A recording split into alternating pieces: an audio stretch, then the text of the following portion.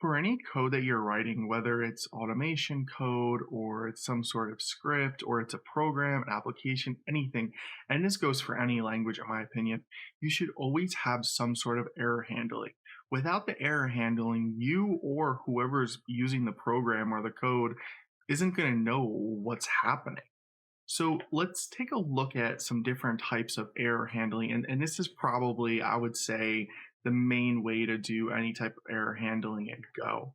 So we're going to use an example from OS.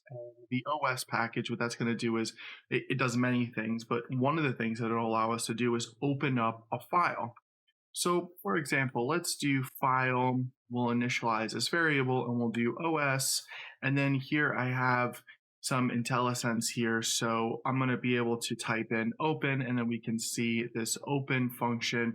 And what this is going to do is it's going to allow us to read a file. So I'm going to type in file.txt. And as we can see here, I just have a file.txt and it just says hello.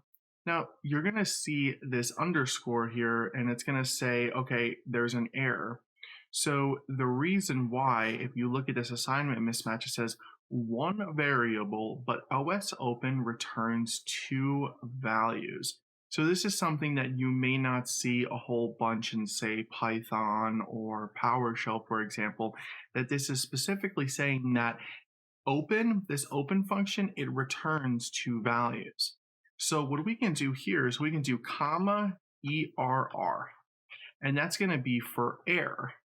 And then what that's going to do is that's going to say, hey, if there are any errors that are occurring, you can print those errors out because this error right here is actually part of the open function. And something else interesting that's here, and if you're not familiar with Go, this could be a little bit odd to you. So typically, this would mean string, but Go expects double quotes versus single quotes for the string.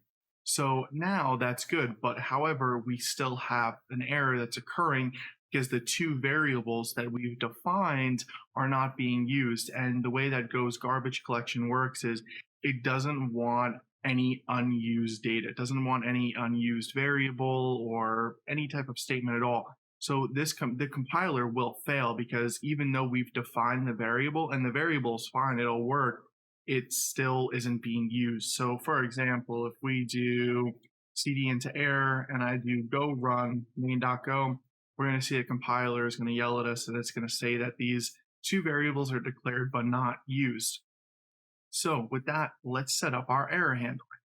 So we'll say if aka is this variable here from the open function, not equal. When you see this exclamation mark and an equal signs, it means not equal. And then we'll say nil. So what nil is it's just like a none or a null value. So what we're saying is if error does not equal none, if there's some sort of error occurring, we're going to fmt println okay? Oops. And then we're going to save that. And as we can see, the FMT package got automatically imported for us.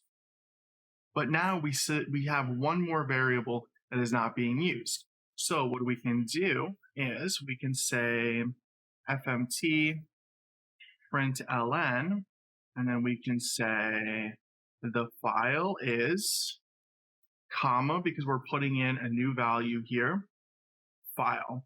Okay, so with that, we'll now be able to run our code. And as we can see, the file is, and then we get this hex back. So this is quite interesting, and this is where pointers come into play in Go. Now, pointers are a little bit more of an advanced topic, but essentially what happens with pointers is you have a few different ways to return the values, and one of the values that you can return with a pointer by default is this hex. And what this hex means is it's going directly to the file itself. It's not bringing the value down. It's not printing anything out about the file specifically. It is going directly to what the program sees as the file. And that file to the computer is this hex right here. And that's how you can set up a basic error handle with an if statement in Go. Thank you so much for watching.